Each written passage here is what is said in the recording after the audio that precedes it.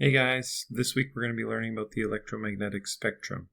You can see here your understandings that you need to have and the applications and skills you need to be able to show for your IB exams.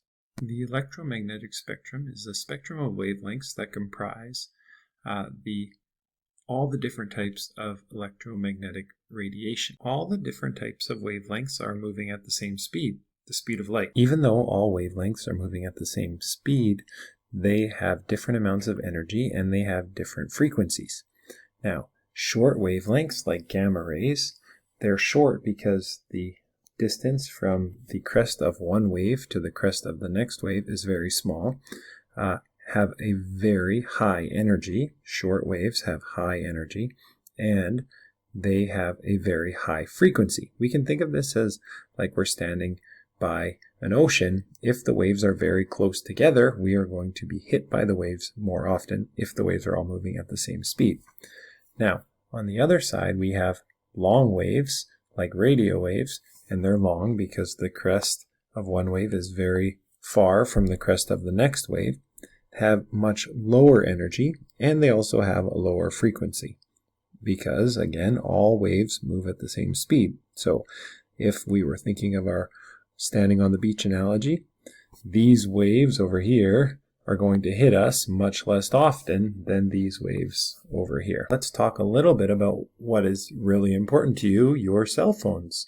Why is blue light so much worse for keeping you awake, do you think? Now, and why when we turn on our night mode, we get these nice yellow and orange colors on our screen. Now, blue light is way better at keeping us awake because of the low or small wavelength and higher energy, and it does a better job of exciting the receptors in the back of our eyes, and that actually shuts down the production of melatonin. When we turn on our night mode, we have nice yellows and reds and oranges that we see much more visibly, and those wavelengths are moving much slower, which allows for the melatonin production. Describe the relationship between color, wavelength, frequency, and energy across the electromagnetic spectrum. There are three types of spectrum. There's the continuous spectrum, which we see all the different visible spectrums of light, and then there is a absorption spectrum where we pass light through a cold gas, and that cold gas actually absorbs energy from the light, and it absorbs specific wavelengths of energy, and so therefore we see that these black bars show up on our continuous spectrum, and those black bars are the wavelengths of light that was absorbed by the gas. So that's an absorption spectrum. We also have an emission spectrum where we have a hot gas, so it's already energized and excited, and we pass it through the same type of system, the prism, and we get a line spectrum, which is the energy that the gas has. So we have just the bars and we don't have the continuous spectrum. These are most often what we look at. Distinguish between continuous spectrum and a line spectrum. An example of the hydrogen emission spectrum and absorption spectrums and the continuous spectrum. So hydrogen absorbs 4 different wavelengths of light, here, here, here, and here, when we pass light through it. So the rest of the light is able to pass through freely, so we still get all the nice greens and the yellows and the oranges, but there's a specific wavelength of red that is absorbed by the hydrogen gas, a specific wavelength of green, a dark blue, and a specific wavelength of purple. Now, on the emission spectrum, we see the exact same thing, but kind of opposite. So we see the purple color that was missing above. We see the blue-purple color that was missing. We see the green color that was missing, and we see the red color that was missing above. The Bohr model, each energy level or shell is described by a number n, and the Bohr model predicts that electrons can only exist in certain energy levels around the atom. An electron can exist at n1, known as the ground state, or n2, but it cannot exist in between n1 and n2. Now, if an electron gains energy, it can move up into higher orbitals, but it has to absorb the precise amount of energy that is the difference between the two orbitals. Because hydrogen has only one electron, it is used to produce emission spectrum that we can actually analyze quite easily.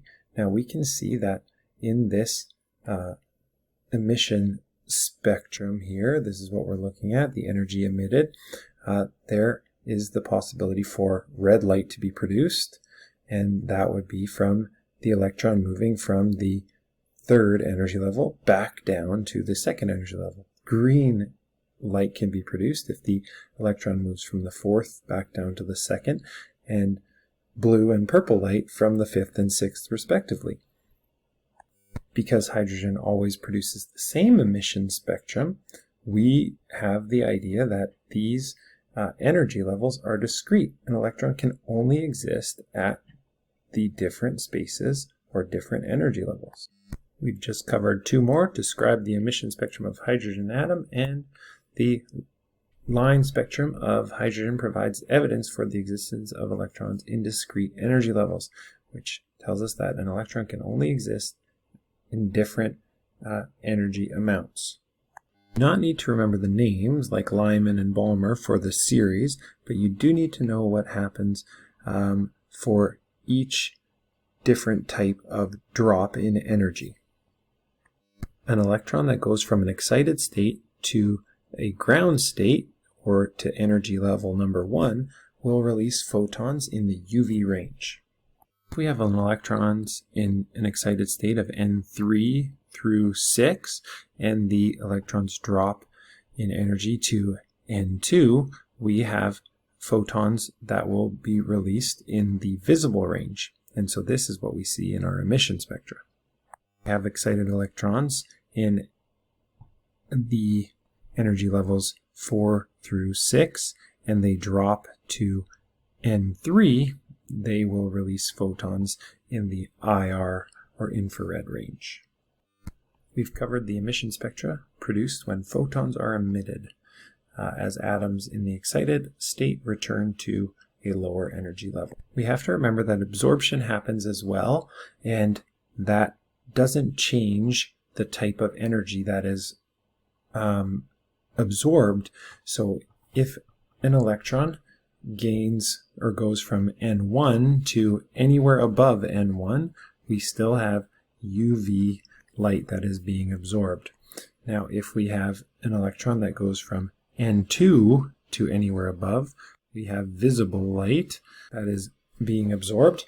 And here, if the electron goes from N3 somewhere above, we have IR or infrared radiation that is absorbed.